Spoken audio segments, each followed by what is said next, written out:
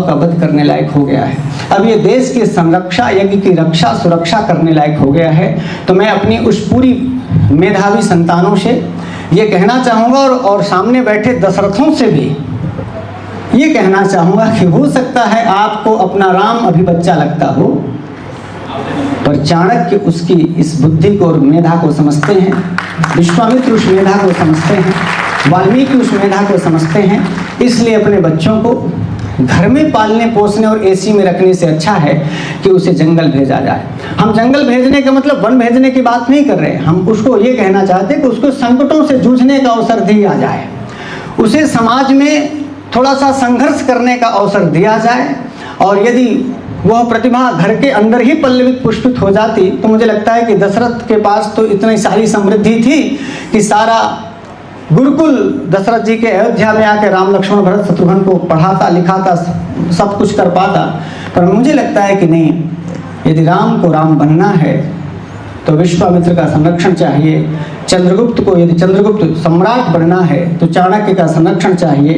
यदि विवेकानंद को दुनिया के मंच पर खड़े होकर के शिकागो की धरती में जाकर सारे दुनिया में भारत का नाम रोशन करना है तो रामकृष्ण परमहंस का साथ चाहिए। ये हमारी भारतवर्ष की परंपरा है जो यह बताती है कि हमें किसी अच्छे गुरुकुल का, किसी अच्छे इंस्टीट्यूट का, किसी अच्छे विश्वविद्यालय का, किसी अच्छे व्यक्ति का मार्गदर्शन चाहिए, जिसकी वजह से हम अपनी भारतीय ध्वजा को, अपनी भारतीय संस्कृति को, अपने भारतीय संस्कृति को दुनिया में हम स्थापित कर सकें। इस मेधावी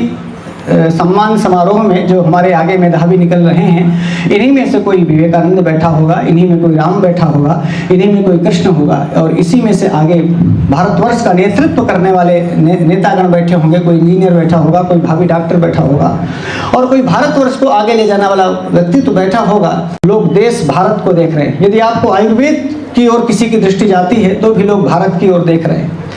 यदि प्रतिभाओं की बात आती है तो आप पता करिएगा, हमसे ज़्यादा जानते हैं, गूगल से पूछिएगा, कभी चैट जीपीटी से भी पूछिएगा कि दुनिया में जो सर्वोच्च स्थानों पर सर्वोच्च कंपनियों के लोग हैं वो भी भारत के ही लोग हैं। अर्थात दुनिया में चाहे प्रतिभा की बात हो, चाहे किसी भी क्षेत्र में रिसर्च करने की बात हो, चाहे दुनिया में ज्ञान स्तर की बात हो, विज्ञान स्तर की बात हो, हर व्यक्ति को भारतीय चाहिए।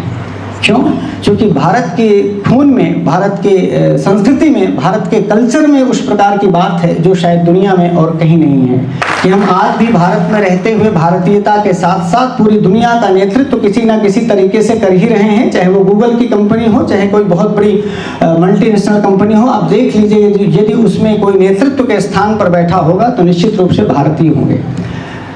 तो आज की हम अपनी बात यह कहते हुए समाप्त कर रहे हैं कि बहराइच की इस धरती में ऐसे लोग 10-20 साल बाद उनका नाम निकल करके आए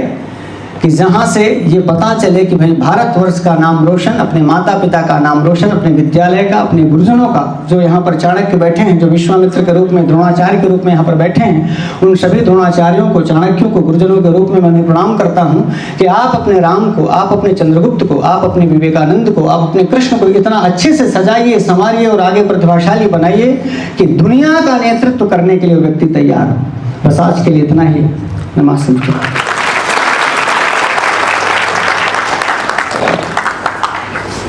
बहुत बहुत धन्यवाद आदरणीय, आपके लिए जोरदार करतल ध्वनियों से